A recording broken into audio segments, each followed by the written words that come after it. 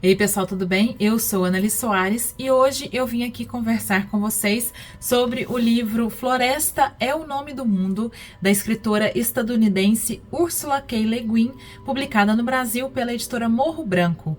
Então bora comigo pro vídeo de hoje. Bem pessoal, então vamos lá falar sobre este romance de ficção científica muito interessante da grande autora americana Ursula K. Le Guin, que foi trazida ao Brasil pela Morro Branco, como eu falei na introdução, com a tradução da Essi Regina Candiani. A Ursula K. Le Guin é uma autora que escreve bastante, é muito conhecida na área da ficção científica e não é diferente aqui. Ela escreve uma obra de ficção científica com algumas questões que a gente pode pensar assim que são distópicas, mas como sempre nesses livros de ficção científica e distopia, ela apresenta uma crítica à realidade vivida naquele contexto de quando escreve, Então, assim, é um livro que foi publicado originalmente em 1972, então é com certeza escrito antes disso, no final da década de 60, começo da década de 70, com um contexto histórico muito importante que terá reflexos com certeza na obra citada aqui. Então, só para retomar um pouco, para quem também não conhecia a autora, a Ursula, ela é uma escritora, uma autora que se colocou sempre muito contrária à questão militarista, principalmente por causa da Guerra do Vietnã, que estava neste momento em que ela escreve acontecendo. Aqui a gente vê essa crítica bastante clara da autora, em relação a isso, esse modo, de relacionar uma grande nação que ataca o país com muito menos potência e, de certa maneira, ela coloca isso neste livro aqui. Também é importante saber, que ela foi uma autora que fez parte do movimento anarquista. Enfim, são coisas da vida da autora que eu acho que explicam, ou se não explicam, complementam a nossa leitura, de maneira a nos esclarecer um pouco inspirações, daquele contexto. Mas, sem saber de tudo isso, eu acho que a gente consegue capturar aqui, pelo menos assim, eixos, importantes, temáticas muito importantes que estão colocadas com toda certeza, com uma linguagem bastante afiada, sem medo, uma literatura muito corajosa, muito crítica, com um olhar para esses temas que são, como eu falei, a questão militarista, mas aí eu acho que até pode entrar dentro de algo maior, que é a crítica que ela faz ao colonialismo, a história da humanidade, já disseram isso, é uma história de colonização, e sempre isso, uma colonização que é exploratória, uma colonização que prejudica não só o meio ambiente com essa exploração da terra, de recursos naturais, mas também uma exploração do povo, da população de certo lugar, que se torna o outro, e um outro desumanizado. Essa desumanização, do outro, para que as coisas aconteçam, que essa exploração aconteça, que as pessoas obedeçam regras, obedeçam a comandos que são extremamente violentos, e é o que a gente vê aqui neste livro também, vocês vão entender quando eu falar um pouco do enredo. Outra questão muito importante desse livro aqui, além da colonização, também nós temos um olhar assim muito apurado e bastante cuidadoso em relação à ecologia, conversa bastante com a nossa realidade hoje, e aí ela traz um olhar um tanto pessimista em relação à capacidade humana de entender, a urgência de um cuidado, de uma relação próxima, uma relação simbiótica com o meio ambiente, com a natureza, que a gente chama, com a floresta, com os rios, Então, ela critica e coloca de uma maneira muito pessimista e triste, essa nossa relação. E aí, dentro dessas temáticas, tem a questão da violência, por exemplo, que está dentro dessa temática colonialista e militarista, até da natureza, essa violência contra a natureza, o meio ambiente, contra nós mesmos, claro. E aí tem outras, a violência patriarcal, violência sexual, né? E ela explora tudo isso neste livro aqui. É um romance, gente, é bastante curto, mas como vocês podem perceber, né, que é bastante denso e nada fácil de ser digerido. É um romance que nos causa angústia, que nos causa preocupação, que nos causa muitas reflexões, né? Porque condiz muito com a nossa realidade e que nos faz perguntar para onde estamos caminhando, para onde vamos, né? Com o nosso sistema, com o nosso modo de existir no mundo. Bom, então o enredo é bastante interessante, né? Ela retrata em algum momento da Terra em que nós já não temos madeira, não temos mais recursos naturais, não temos, por exemplo, também animais. A humanidade, né, está explorando outros planetas de outros sistemas. Aqui a gente conhece a história de exploração num planeta chamado Ate, assim eu imagino que se diga. E nesse planeta Ate, nós encontramos uma floresta densa, uma floresta respeitada, povo nativo. Eles são um povo humanoide, mas que como eu falei antes, totalmente desumanizado pelos terráqueos, né, pelos seres humanos.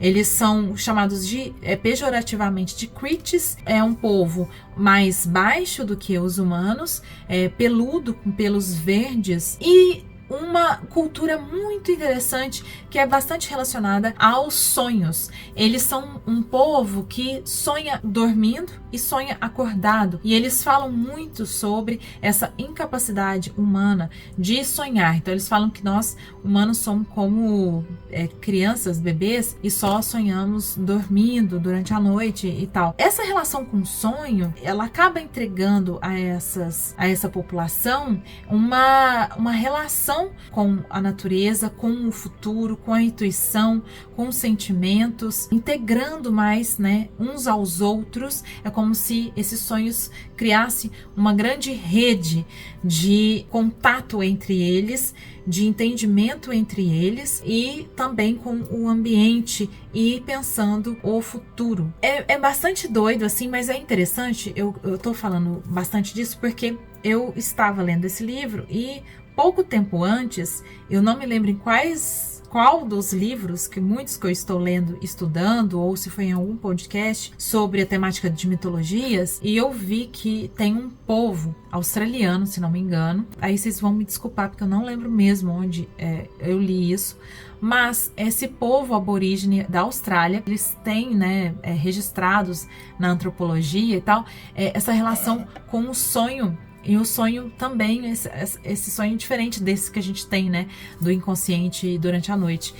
Então eu achei muito bacana, porque ela introduz, né, esse conceito aqui, e que tem a ver também, né, gente, com o próprio contexto histórico em que ela escreve, né, daquele momento, assim, dos hippies, ou de uma retomada, ou de um olhar, né, do Ocidente para a cultura oriental, que eu acho que tem uma relação, inclusive, diferente do que a nossa, né? Enfim, mas voltando ao enredo, então a gente tá nesse planeta, na Ate, com essa população terráquea já explorando esse lugar, tendo contato com essas criaturas, né, desses Crites, tratando-os de maneira super desrespeitosa, o que eu acho, né, podemos ver que fizemos durante toda a história de colonização, por exemplo, com a questão da escravidão, né, de povos africanos. Isso foi feito. Pessoas que não pensam, que não sentem como nós brancos.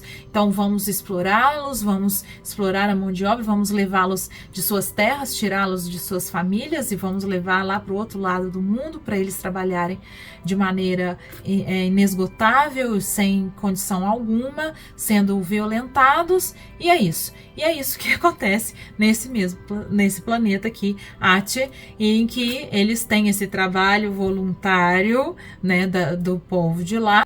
Eu esqueci de falar que é muito importante. O livro, a gente acompanha a história por 3 pontos de vista diferentes. Está em terceira pessoa, mas são 3 pontos de vista, que são do Server, que é um autóctone, né, um nativo desse planeta, o Davidson e o Lyubov. O Davidson, machão, da pior categoria humana possível, que explora mesmo, que não quer nem saber, que não se preocupa com nada, só com ele mesmo, com o seu umbigo, com a sua vaidade e com a sua masculinidade. É muito violento, não consegue olhar para esse povo de maneira alguma que não seja pelo prisma da superioridade, né, e reagindo de maneira violenta a tudo. O Lyubov é esse cientista, né, antropólogo, cientista, que tem mais contato com a população local e consegue entendê-los e traduzi-los para, né, a Terra. O Selver, ele é um Atiano, né? Ganha grande importância para a população deste planeta, porque ele vai liderar uma revolta e uma mudança na relação com os humanos e vai, de certa maneira, trazer uma liberdade do povo, do seu planeta em relação aos humanos. Esses pontos de vista são interessantes porque vão construindo, né, essa história, vão nos trazendo entendimento do planeta, da relação e das críticas que a autora coloca. Então, o povo haitiano é longamente estudado e o Lyubov é um desses cientistas que estudam esse povo, e eles são retratados como um povo pacifista, um povo que realmente não tem um ímpeto de violência, um entendimento, um histórico de guerras, né? Tem uma relação muito pacífica com a natureza, com o outro, etc.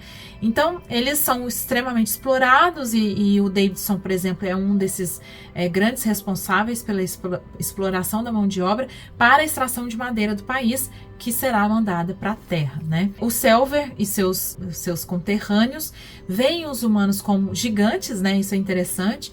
Eles falam dos gigantes, mas eles têm essa percepção, né, da incapacidade humana de sonhar, da incapacidade humana de se relacionar bem uns com os outros. Eles acham um absurdo, por exemplo, saber que os seres humanos matam uns aos outros. Eles vivem assim durante muito tempo, até que a esposa do Selver sofre, né, um estupro, né, do Davidson. E isso é um gatilho para a revolta dessa população local, que é encabeçada pelo Selver. Mas, gente, é isso também, né? Uma vez em contato com a violência, eles vão aprendendo. A gente aprende a cultura e as tradições e, enfim, vão sendo passados entre os povos. Então, acontece isso e aí fica aquela coisa, né?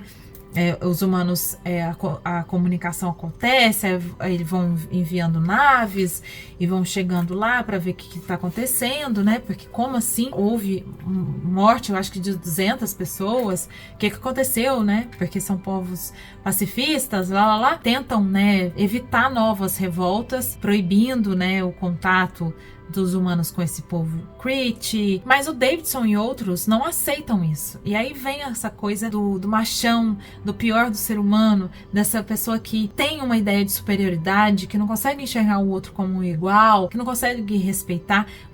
Ele não tá nem aí pra floresta, ele acha uma besteira. Entre essas outras pessoas que tenta, tipo assim, segurar mesmo, né, movimentos violentos dos humanos, está o Lyubov, mas aí tem uma crítica da autora que eu acho interessante, porque é assim, o Lyubov, ele é um intelectual passivo, ele tem uma limitação, fala alguma coisa ou outra na reunião, ele mostra até uma certa raiva do que está sendo feito, ele discorda com alguns comandos militares, ele acha um absurdo que o Davidson, por exemplo, fala e como ele age, mas ele tem um limite, ele precisa escolher que lado ficará, que causa eu acho que uma angústia, né, ética, mas, enfim, ele não age de maneira muito ativa em momentos-chave, assim, sei lá, ele acaba se tornando meio passivo, né, então acho que é uma crítica também que a autora coloca aqui.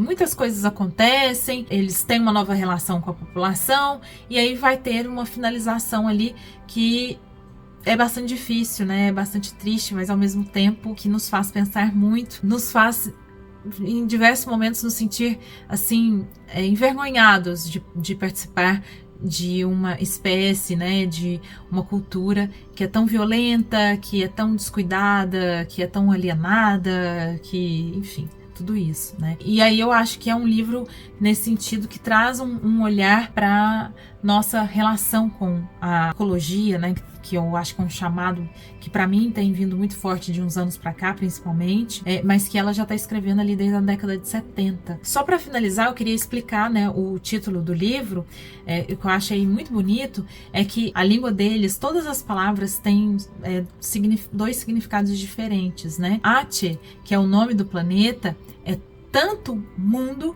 quanto floresta. Por isso o nome do livro é Floresta é o nome do mundo. É basicamente isso. Eu espero que vocês tenham gostado, se sentido inspirados. Para você que está buscando, né, leitura de ficção científica ou de autoras tão importantes como é a Ursula K. Le Guin, eu acho que é um livro assim bastante interessante para vocês também. Então me digam ali nos comentários o que vocês acharam, se esse tipo de leitura interessa a você, e assim a gente conversa, dá continuidade aos pensamentos, né, trazidos aqui neste vídeo. Peço para você que ficou até aqui comigo para não se esquecer de deixar o seu joinha, que é muito importante para a divulgação do canal, para ele chegar a outras pessoas. E é isso, eu vejo vocês num próximo vídeo. Um beijo grande e até!